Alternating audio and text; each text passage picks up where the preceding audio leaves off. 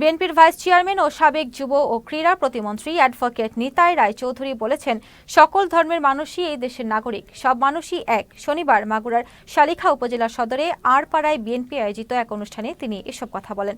নিতাই রায়চৌধুরী বলেন, অন্য ধর্মের উপর হামলা ও নির্যাতন বন্ধে প্রয়োজনে বিএনপি নেতাকর্মীরা মহল্লায় মহল্লায় পাহারা বসাবে।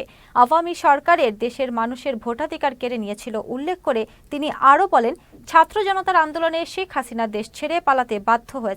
তার শাসনামলে হওয়া সকল হত্যা, গুম, খুনের বিচার অবিলম্বে করা হবে।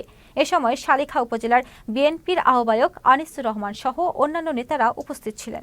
কোনো হিন্দুদের ভয়ের কোনো কারণ নাই, তাদের বাড়িঘর পাহারা দিতে হবে, উপাসনালয় পাহারা দিতে হবে।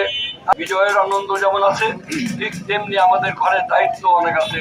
এই দায়িত্বটা যথাযথ পালন করবেন।